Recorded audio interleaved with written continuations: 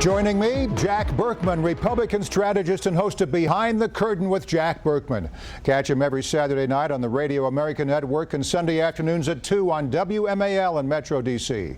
Also, Mark Levine, nationally syndicated radio talk show host and a state delegate-elect for the Democratic Party in Virginia. Congratulations, Mark. Catch him weekdays at 3 p.m. at marklevinetalk.com. More than 2,000 days after TransCanada first applied for State Department approval, a decision is made on the Keystone XL pipeline. The State Department has decided that the Keystone XL pipeline would not serve the national interests of the United States. I agree with that decision. Many Democrats were pushing for Obama to reject the pipeline. Mark, are you happy with that decision? I am, but there's really no surprise. Frankly, I think this has been telegraphed long ago. What this does is it allowed Canada to sell oil to China more cheaply. Basically, it would raise our price of gasoline. There already is a pipeline there. And frankly, we need to get away from oil. We need to get away from tar sands. We need to get to more renewable energy. And this was a step in the wrong direction. Right, as Larry Kudlow says, Mr. Obama likes windmills.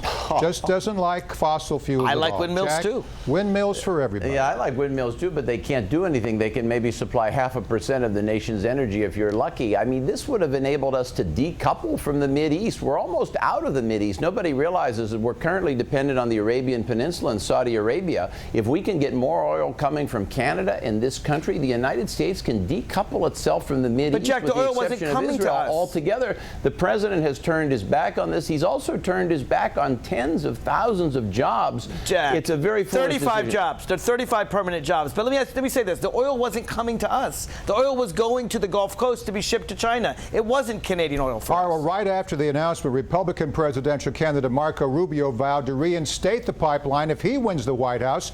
Jack, should Republicans make another push for Keystone? Would they be successful? Oh, I think they would. I think if we hold the Senate, they will. I think if we can add a Republican White House, I don't think there's any issue with it. There's millions of dollars behind this.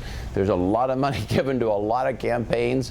I think this politically, Morris, I don't think there's any chance this won't happen if you have a Republican president. All right, let's move on. Republican presidential candidate Dr. Ben Carson is facing tough questions about his past, and now a bombshell report from Politico.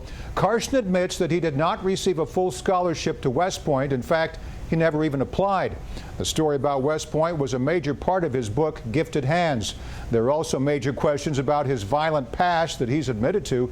Jack, could this unravel Carson's campaign? Yes, it's serious. I mean, the media is already starting to analogize it to Joe Biden's plagiarizing a law review article back in 1988. In some sense, this is more serious. The violent past and the temper, all that is nonsense. I think all surgeons have somewhat of a temper. My brother's a surgeon, I should know. But in terms of when you lie about West Point, that's a very serious issue. Does it knock him out of the race? I don't think so, but I do think it knocks him out of the front runner status. I think Trump, the main beneficiary of this, is our friend Donald Trump. Mark, are you and your Democratic friends sitting back smiling all this time? You know, none of us took Ben Carson seriously to begin with, but I agree it's a very serious thing. You know, Ben Carson's whole story was this dynamic of he attacked a friend of his with a knife and it hit the belt buckle and the knife broke, and then he stayed in the bathroom and talked to God and chose a new life. It turns out that story itself, the sort of fundamental narrative of his campaign, may not be true. He isn't clear whether it's a friend or it's a relative. Now it comes out to West Point. Religious people liked him because they saw him as this guy from redemption, and it looks like a lot of this was made up. You have a little bit of what we can all call the Brian Williams problem here with Ben Carson. But here's the thing. The biggest problem he has, Morris, the biggest problem he has is all he really has to sell is his story and his character. He's not a senator. He's not a sitting governor. He doesn't have a political past. Remember, even though it's an anti-establishment year, fundamentally what he's selling is his resume, his character, his past. Once that's tarnished, a guy like this doesn't have anything to sell. That's the potential problem. Well, on Friday morning, Carson confronted CNN over the phone for questioning his past, and things got heated. This is a bunch of lies. This is what it is. It's a bunch of lies attempting to say that I'm lying about my history. I think it's pathetic. And basically what the media does is they try to get you distracted with all of this stuff so that you don't talk about the things that are important, because we have so many important things. And, I'm not proud of the fact that I had these rage episodes, but I am proud of the fact that I was able to get over them. Yeah, he went on to accuse mainstream media of manipulating his words. All right, Mark, we'll wrap this up soon, but what do you make of Carson's outburst? Well, this is about as loud as an outburst as he can give. He's generally known as the sleepy candidate. Look, I'm sure this is a fundamental problem for Ben Carson. As Jack said, he is running on his biography, and if your biography turns out not to be true, this is far more serious than anything Joe Biden's done. I think Ben Carson has peaked, and it'll be downhill from here. All right, Carson isn't the only Republican presidential candidate facing tough questions. Marco Rubio is under fire for his finances after Donald Trump said this. Marco Rubio has a disaster on his finances. He has a disaster on his credit cards. When you check his credit cards, take a look at what he's done with the Republican Party when he had access, what he had to put back in, and whether or not something should have happened. You'll understand it. And then Rubio fired back with this. I find it ironic that the only person running for president that's ever declared a bankruptcy 4 times in the last 25 years is attacking anyone on finances. Well, he also said the only debt he has is his mortgage, and he was cleared of wrongdoing in 2012 by the Florida Ethics Commission, but critics continue to ask for more documents. All right, Jack, you've been a critic of Rubio. Do you think he has something to hide? Well, I think in part. I think, first of all, the fact that Trump is attacking him and going negative against Rubio shows you that the Trump campaign thinks Rubio is its main competitor, not Carson. I think that's right. So it's probably smart what Trump is doing. The charges against Rubio, I think, are fair in part and unfair in part. What's unfair in part is this business of saying, well, you don't do a good job with your rental property, you took money out of your 401k. All that is kind of personal to him and silly and really not, I don't see it as a public issue at all. Those are family issues, his own private matters. Now, what I think is a public issue and what could be a problem is this business of the $10,000 that he claims was put on the wrong credit card, put on the campaign credit card by mistake. He does have issues with how he has used his campaign money while in the Senate and also while in the Florida House as Speaker down there. That part of it is serious. That part of it, Morris, we have to hear more from him. All right, many have compared this scandal to Hillary's emails. Mark, are these credit card statements much ado about nothing? I think they are serious because it's not just his campaign credit card. There are allegations that he took the state house credit card. He actually used Florida taxpayer money for his own personal Christmas party. That's an allegation, though. We don't know that that's true. If that's true, that is a very serious allegation. I say this. I say that Trump says Rubio has problems with his credit cards. Rubio says Trump has problems with bankruptcies. They're both right. Both Republicans are right. Let's give them both a chance. All right, let's switch gears to next week's debate lineup. New Jersey Governor Chris Christie and former Governor Mike Huckabee didn't make the main stage, while Senator Lindsey Graham and George Pataki didn't make the cut at all. Jack, is it time for some of your candidates to drop out of the race? Oh, yeah. I mean, Pataki, the media shouldn't be giving him, he's raising no money. He's kind of like the Jim Webb of the Republican Party. I mean, Lindsey's raising no money. He's a nice guy. Yes, it's time for this field to narrow. I think it's a very kind of unhealthy trend.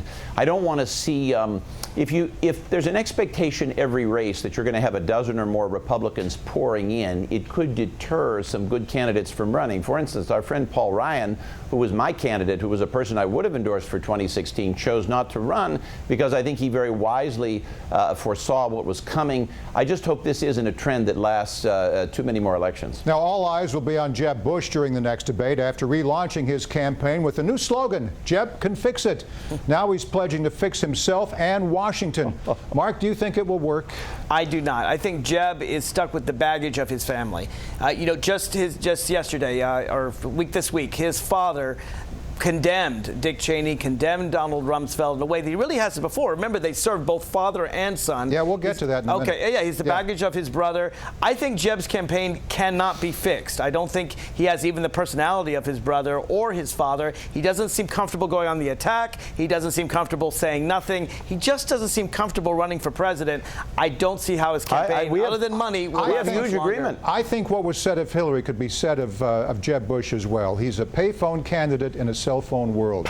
Jack, are you ready to predict yet who will get your party's nomination? I'm ready to call for, no, I'm not. I'm not. I think it will be Trump. I don't know that, I can't make an endorsement or a prediction. I think every trend is suggesting Trump right now. I am ready to call for Jeb Bush to get out of the race because I think he's becoming an embarrassment to himself and an embarrassment to his party.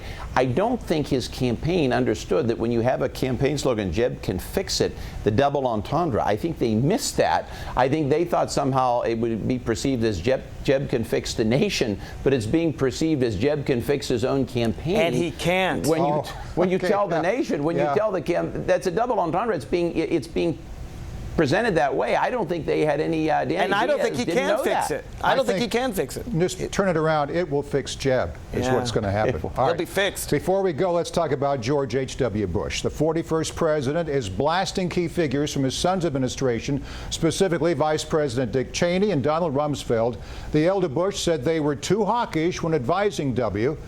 All right, Mark, so who was responsible for the Iraq War, Cheney or Bush? More Cheney. You know, Democrats have said this all along. I said this on my radio show for more than a decade. The person in charge of the presidency, particularly its foreign policy, was Dick Cheney and Donald Rumsfeld. I think George W. Bush was just following orders, and they were very bad orders, very mistaken orders. I interviewed Rumsfeld one-on-one years ago, and I reminded him that he told the public that in the invasion of Iraq, they would all welcome us with open arms. He denied that, but the fact checkers thought it was right, said it was right. Jack, what do you make of this? Who was responsible for the war? Was it Bush or his advisors? Well, all of them. But first of all, I think the Iraq War was a success. I think it was necessary. Really? Oh, absolutely. I think it continues to be a success. On the politics, and it's I think a success. A success for who? I mean, for ISIS? For ISIS, it was a great success. No, I think it's a success. We have brought some level of democracy to that region, to that country, for the first time in 5,000 years. For the first time ever, you have talk radio in Baghdad. I mean, that's a wonderful bequest from I don't America think Iraq is a success for anyone, particularly the Iraqis. Well, we won't get, but remember the whole idea that democracy would fall like dominoes. Instead of Vietnam being the communist domino theory,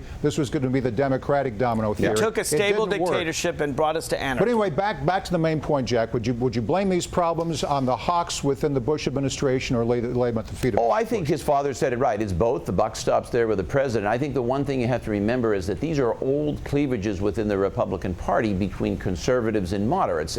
Bush 41, I love him, but he's a moderate. He's always been on the left side of the Republican Party. He and Gerald Ford made comments similar to this before he died. Ford passed away in 2006 and 2003 and 4. He blasted Rumsfeld. He blasted Cheney. He told the media he was calling them, saying, what are you doing? You know better than this, that, and the other. This is an old cleavage and an old argument that has gone back in Republican politics 40 years about which direction is appropriate in the Mideast. There's nothing really new here. The American people have long judged the failure in Iraq to be a complete failure. There's no one calling for that war to continue. And I got to tell you, I think George H.W. Bush was basically following where the American people are right now. We know that after September 11th, there was no reason to invade Iraq. That's a wrap. Mark Levine, Democratic strategist, Jack Berkman, Republican strategist, the best political panel on TV. Thanks to you both. Thanks, Morris. Thank you, Mark.